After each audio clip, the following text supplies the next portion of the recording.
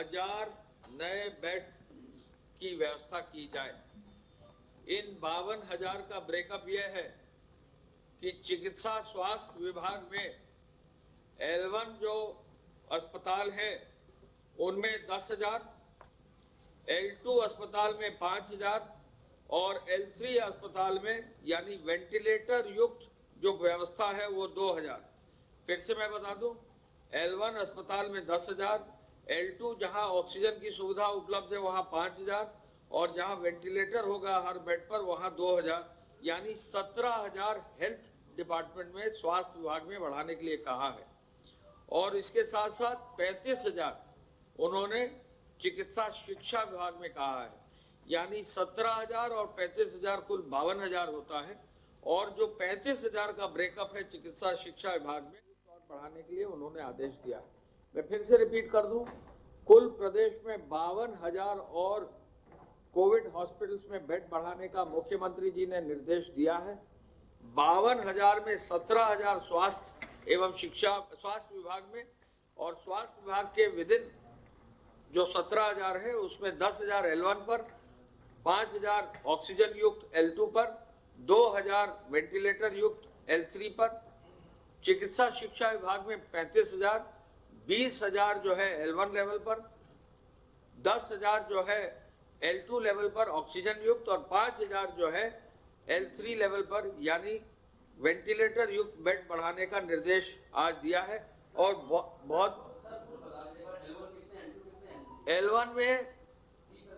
L1 में चिकित्सा विभाग में कुल मिला के 10,000, चिकित्सा शिक्षा विभाग में मिलाकर 20,000, L2 में चिकित्सा विभाग में कुल मिला के 5,000 ऑक्सीजन युक्त जो बेड्स होते हैं और चिकित्सा शिक्षा विभाग में 10,000 यानी 15,000 कुल हो गए। और L3 लेवल यानी जहां पर वेंटिलेटर उपलब्ध हैं चिकित्सा विभाग में 2,000 और चिकित्सा शिक्षा विभाग में 5,000 यानी 7,000। तो इस तरह से जो है कुल मिलाकर 52,000 नए बेड्स क्रिएट करने का, विस्तार करने का, क्षमता विस्तार करने का बृहद योजना उन्होंने तैयार करने और तत्काल इंप्लीमेंट करने का निर्देश दिया है। इस कार्य को करने के लिए उन्होंने कल भी और आज भी बैठक की है। माननीय चिकित्सा मंत्री जी, माननीय चिकित्सा शिक्षा मंत्री जी यानी जयप्रताप साहब और सुरेश खन्ना साहब दोनों से रिक्वेस्ट की है कि इस कार्य को आज हर हालत में जल्दी से जल्दी पूरा कर लिया जाए और उनके सभी अधिकारियों को निर्देश दिया है। मुख्यमंत्री जी ने कोविड हॉस्पिटल्स में पूरी तरह प्रोटोकॉल का पालन करने और संक्रमण से सुरक्षा के उपाय का भी निर्देश आज दिया है। कोरोना से जंग में मेडिकल टीम को सुरक्षित रखना है, ये अत्यंत आवश्यक है। तो पर्याप्त संख्या में PPE किट्स और N95 मास्क भी उपलब्ध हो, ये आदेश भी दिया है।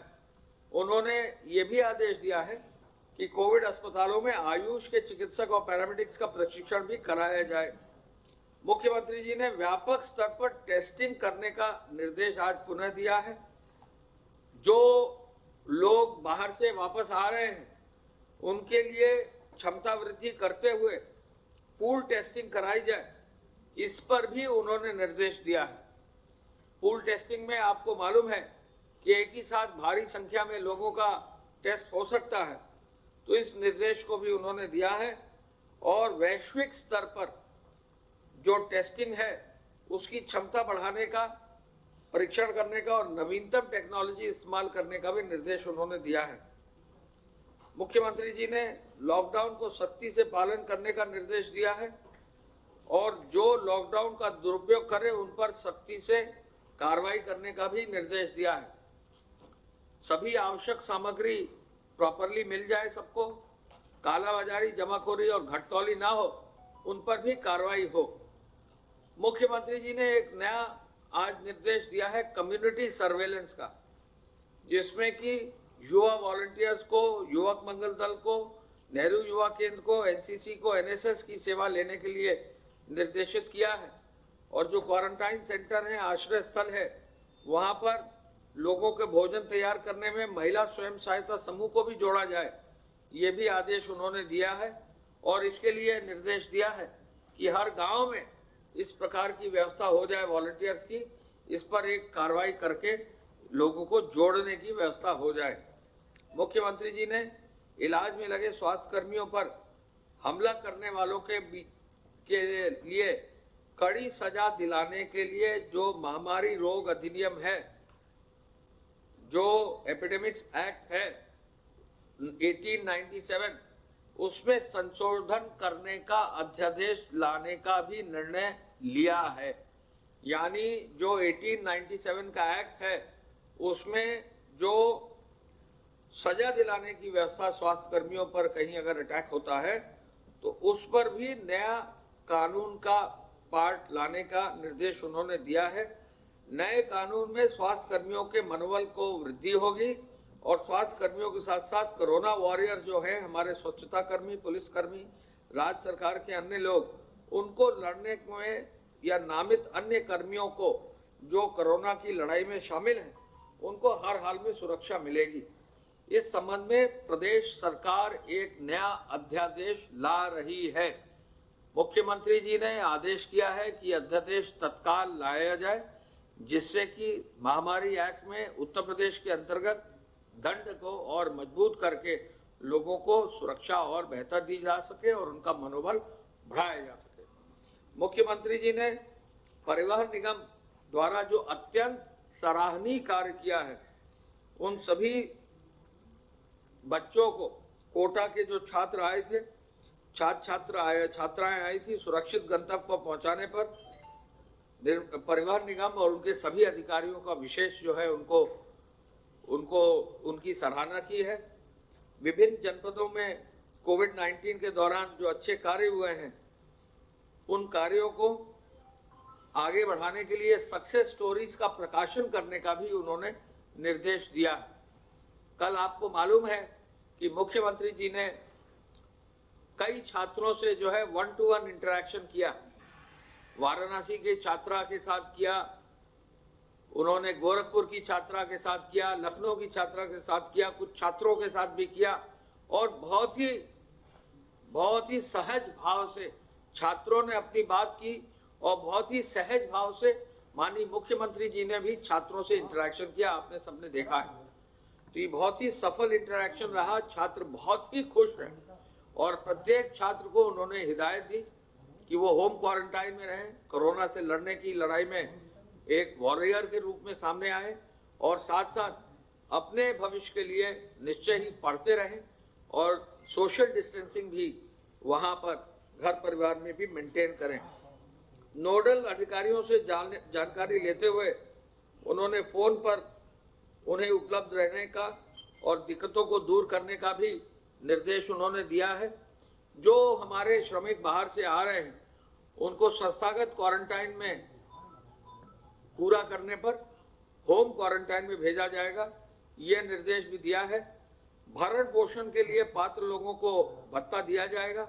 मनरेगा, ओडीओपी, श्रम सम्मान, महिला स्वयं समूह को, प्रवासी श्रमिकों को जोड़कर रोजगार के अवसर भी उन्होंने निर्देश दिए हैं। मुख्यमंत्री जी ने रेड जोन, ऑरेंज जोन और ग्रीन जोन में जो समीक्षा की है, तो यही निर्देश दिए हैं कि रेड जोन ऑरेंज में परिवर्तित हो, ऑरेंज जोन ग्रीन जोन में परिवर्तित हो, जिससे ऑरेंज और ग्रीन जोन में औद्योगिक गतिविधियों को आगे किया जा सके। औद्योगिक विकास विभाग बहुत ही जल्दी इस पर एक कार्य योजना भी तैयार कर रही है। वर्तमान परिदृश्य को ध्यान में रखते हुए सेक्टोरियल नीतियों में आवश्यक संशोधन किया जाए, ये भी निर्देश उन्होंने दिए हैं और ये भी कहा है कि निर्माण इकाइयों में सैनिटाइजेशन की अच्छी व्यवस्था हो और श्रमिक वहां पर जो है सोशल डिस्टेंसिंग भी मेंटेन करें और उनके लिए फूडिंग और लॉजिंग की व्यवस्था हो, ये निर्देश भी उन्होंने दिए हैं। तो मैं पुनः कहना चाहूंगा कि जो निर्देश आज बैठक में मुख्यमंत्री जी ने दिए, उसमें 52,000 जो अतिरिक्त बेड्स बनाने हैं, ये एक महत्वपूर्ण निर्देश है और जो नया अध्यादेश लाना है महामारी एक्ट में और मजबूत करने के लिए कार्रवाई, ये भी एक महत्वपूर्ण बिंदु है। आप सबको मालूम है कि औद्योगिक इकाइयों को लगातार चालू किया जा रहा है और ऐसे में औद्योगिक इकाइयों को चालू करते हुए अब आपको जानकर खुशी होगी कि 8,140 औद्योगिक इकाइयों को अब चालू कर लिया गया है और लगभग 3,43,000 इन औद्योगिक इकाइयों में श्रमिक हमारे या कामगार हमारे कार्यरत हैं। इनमें से 294 जो है सतत इकाइयां हैं, कंटिन्यूअस प्रोसेस की इकाइयां हैं। चीनी मिलों में भी अब 40 चीनी मिलों ने अपना काम पूरा कर लिया है, गन्ना कटाई का और पेराई का। 40 चीनी मिलों ने अपना काम 119 में पूरा कर लिया है और लगभग 60,000 मजदूर अभी भी जो है, श्रमिक अभी भी, कर्मचारी अभी भी चीनी मिलों में लगे हैं, चूंकि उसमें सफाई, धुलाई और बाकी आगे कार्य भी होते हैं। 8,110 औद्योगिक इकाइयों में 3,43,000 लोग काम कर रहे हैं। जो कॉमन सर्विस सेंटर हैं वो भी अब 35,283 खुल गए हैं। जो 1,000 रुपए श्रमिकों को भुगतान हो रहा है उसमें भी अब 29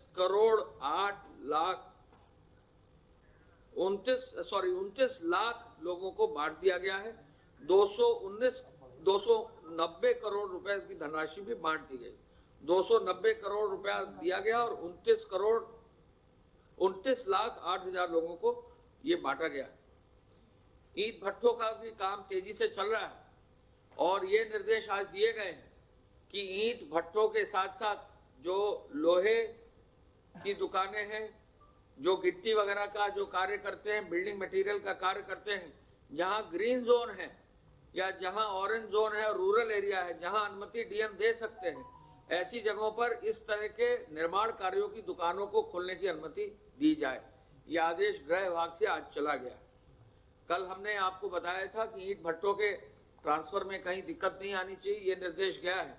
आज ये भी निर्देश गया है कि ईंट भट्टों के आवागमन के साथ साथ लोहे यानी छड़ और जो बाकी बिल्डिंग मटेरियल है, गिट्टी है, बालू है, उसके संदर्भ में जहां दुकानों को अनुमति डीएम दे सकते हैं वो डीएम अनुमति तत्काल दे दे, जिससे निर्माण कार्य भी अब तेजी से अनुबंध एरियाज में शुरू हो जाए। माननीय मुख्यमंत्री जी ने जो रिव्यू किया, आज ये पाया कि अब लगभग 11 लाख लोग एक्सप्रेसवे पर काम कर रहे हैं, या दिनों दिन जो है यहाँ हमारी लेबर की संख्या भी बढ़ रही है और तेजी से हमारा काम एक्सप्रेसवे पर हो रहा है। लोक निर्माण विभाग द्वारा अब 14,156 करोड़ के 238 कार्यों पर काम शुरू कर दिया है।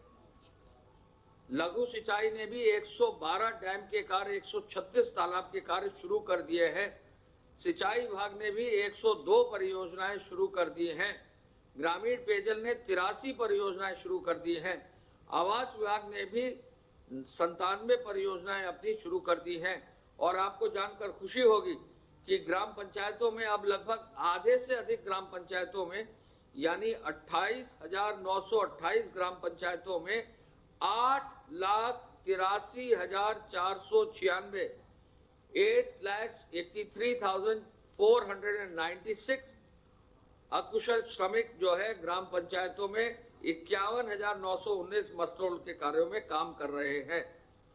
नए मजदूरों में 25,000 नए मजदूरों का जॉब कार्ड भी बना दिया गया है, यानी जो मजदूर गांव में लौटे हैं उनमें से नए मजदूरों के 25,000 जॉब कार्ड बना दिए गए हैं। और सफाई कर्मी भी सैनिटाइजेशन में गांव स्तर पर भी कार्य कर रहे हैं। आपको मालूम है कि हरियाणा से लौटे हमारे श्रमिक भाई जो है सभी इंस्टीट्यूशनल क्वारंटाइन में रखे गए हैं। और आपको ये भी हम बता सकते हैं कि बहुत जल्दी ही आज शाम तक प्रयागराज में जो परसों हमने अनाउंस किया था, माननीय मुख्यमंत्री जी का आदेश था कि प्रयागराज के बच्चों को घर भेजा जाए, तो अब तक 351 बसें सुबह तक जो है घर जा चुकी थी बच्चों को लेकर, और शेष 150 बसें भी आज दिन में कार्य पूरा कर लेंगी। लगभग 500 बसों का ये पूरा व्यवस्था होगी जो माननीय मुख्यमंत्री जी के आदेशानुसार प्रयागराज से बच्चे भेजे गए हैं। एक बस का एक्सीडेंट हुआ था, लेकिन सभी बच्चे सेफ हैं और छोटी मोटी चोट है, ड्राइवर को थोड़ी सी चोट है, उनको सबको अयोध्या में देख लिया गया है और सबको सुरक्षित घर भेज दिया जा रहा है या भेज दिया गया। टोटल बच्चे जो है लगभग 15,000 करीब लग रहे हैं। 15,000 से अधिक बच्चे होंगे, अभी काउंटिंग चल रही है और प्रत्येक बच्चे का भी विवरण जो है रखा जा रहा है। हॉटस्पॉट क्षेत्र में मजबूती से कार्य हो रहा है। लॉकडाउन की कार्रवाई भी अब और तेज हो गई है और सामान्यतः लॉकडाउन का पालन लोग कर रहे हैं, लेकिन जहां नहीं कर रहे हैं वहां एफआईआर दर्ज हो रही है और 33,000 एफआईआर अब कर दी गई। 94,000 लोगों को नामजद किया गया है। वाहनों की भी काफी मात्रा में सीज की गई है। 33,000 वाहन सीज किए गए और 13 करोड़ 18 लाख रुपया भी वसूल कर लिया गया है। हॉटस्पॉट्स में भी जो है मजबूती से कार्रवाई की गई है। अब हमारे 381 हॉटस्पॉट्स है जो 259 थाना क्षेत्रों में 57 जनपदों में कार्य कर रहे हैं। हॉटस्पॉट क्षेत्र में सप्लाई की व्यवस्था भी मजबूती से की जा रही है। अब 44,000 वाहनों से सप्लाई की व्यवस्था की जा रही है। 36 लाख लीटर दूध का वितरण किया गया है। 51,000 होम डिलीवरी की गाड़ियां लगाई गई हैं। कुल मिलाकर अब तक 3 करोड़ 55 लाख राशन कार्ड में, आज 29 तारीख तक 3 करोड़ 31 लाख राशन कार्ड में, यानी 95% से भी अधिक राशन कार्ड्स पर जो है वितरण हो गया है और कुल मिलाकर 6,84,000 मेट्रिक टन खाद्यान्न का वितरण हुआ है, चावल और गेहूं का। फूड पैकेट भी अब लगातार प्रतिदिन 12,35,000 कल हुए हैं, लगभग 12 लाख से अधिक फूड पैकेट बांटे जा रहे हैं। गेहूं क्रय में भी अब काफी तेजी आई है और 51 लाख क्विंटल गेहूं की जो है खरीद हो गई है। कुछ मौसम 1-2 दिन थोड़ा सा बिगड़ा था, उस पर भी सभी जगह जो है फसल के नुकसान के आकलन का माननीय मुख्यमंत्री जी द्वारा निर्देश दे दिया गया। हम ये भी आपको बताना चाहेंगे कि प्रदेश में इस पूरी आपदा में जो कार्रवाई हो रही है, प्रत्येक शहर का जहां पर वरिष्ठ अधिकारी गए हैं, मुख्यमंत्री जी ने एक-एक अधिकारी से स्वयं बात करके, वरिष्ठ प्रशासनिक पुलिस अधिकारियों से बात करके उनसे एक-एक की समीक्षा कल शाम को भी पुनः अलग से की है और एक-एक जनपद में जहां-जहां संभव है वहां सुधार किया जा रहा है। पुलिस विभाग द्वारा भी अपने जो भी कार्य हैं वो करे जा रहे हैं और साथ साथ जो भी वरिष्ठ पुलिस अधिकारी हैं वो भी फील्ड में निरंतर गश्त दे रहे हैं और गश्त देकर जो है कार्रवाई सुनिश्चित कर रहे हैं। मैं प्रमुख सचिव स्वास्थ्य से रिक्वेस्ट करूंगा कि कृपया अपनी ओर से स्वास्थ्य विभाग के बारे में बताने का कष्ट करें। जो 52,000 अतिरिक्त बेड स्थापित करने हैं स्वास्थ्य और स्वास्थ्य चिकित्सा में, वो मैंने कुछ ब्रीफ आप बताया, उसके बारे में भी विवरण आप कृपया उपलब्ध करा दें। धन्यवाद। आज इस समय तक जो हमारे पास जानकारी है, प्रदेश में कोरोना वायरस से संक्रमित लोगों की कुल संख्या 2115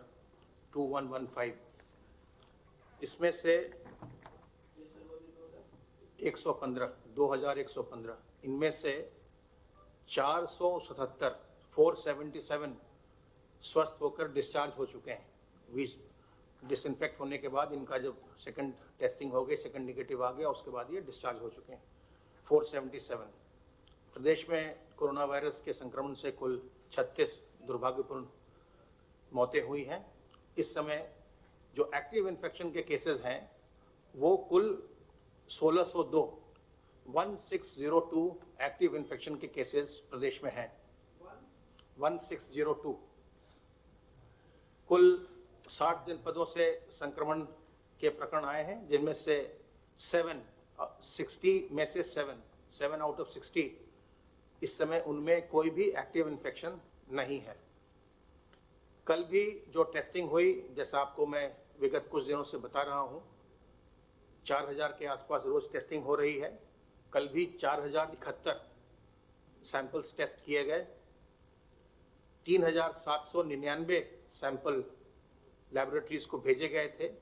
तो 300 जो अधिक है वो 271 जो अधिक हैं वो जो पीछे का बैकलॉग है वो क्लियर हुआ। 3,799 बैकलॉग अभी कुछ हजार में है, तो वो 2-4 दिन में वो भी क्लियर हो जाएगा,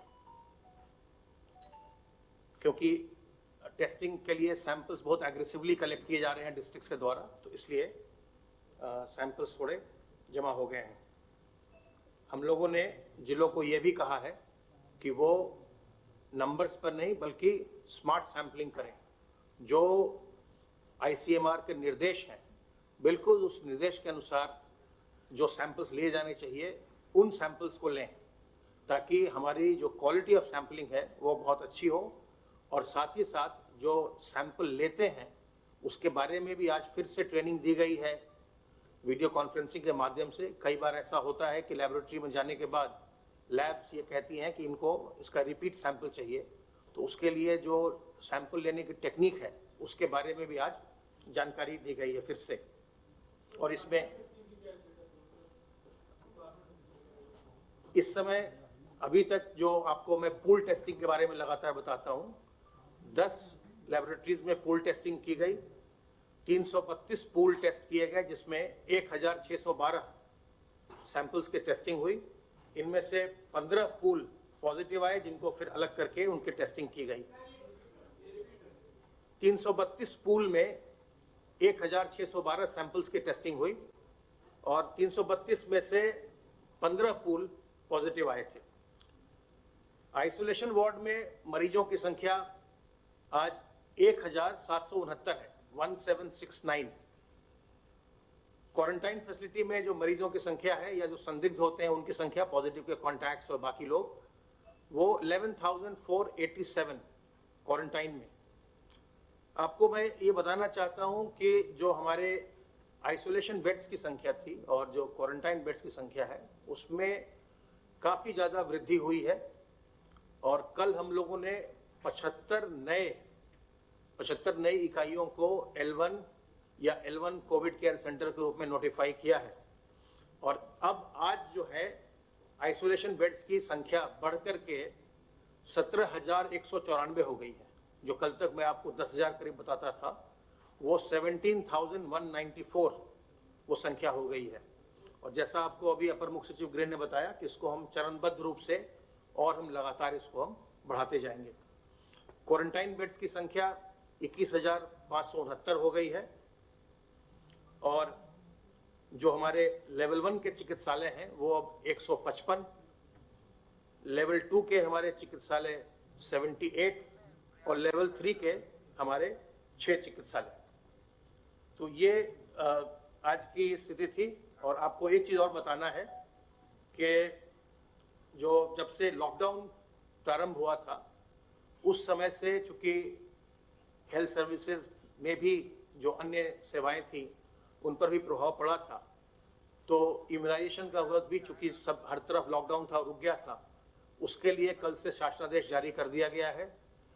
वैक्सीनेशन की सेवाएं जो है बच्चों के लिए वो तत्काल प्रारंभ हो जाएंगी।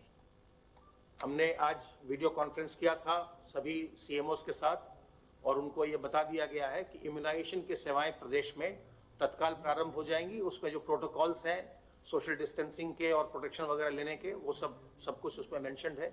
उसको लेते हुए करते हुए इम्यूनाइजेशन इस सप्ताह से शुरू हो जाएगा।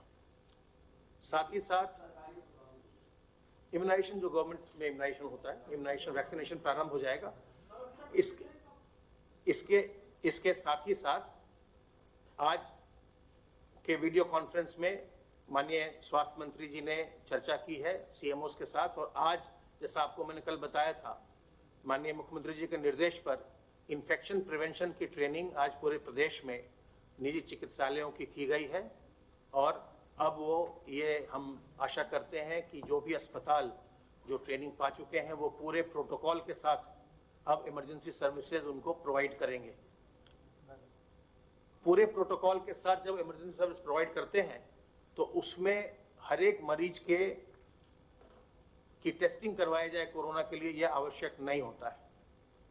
हम आपको ये भी बताना चाहेंगे कि ये आवश्यक नहीं है कि हर एक मरीज को कोरोना वायरस की टेस्टिंग के लिए उनको फोर्स किया जाए। प्रोटोकॉल का जो इन्फेक्शन प्रिवेंशन प्रोटोकॉल है उसका पालन किया जाए और जिसमें लक्षण हो केवल उनका ही टेस्ट किया जाना चाहिए। हर एक मरीज को इसके लिए फोर्स नहीं किया जाना चाहिए। Thank you.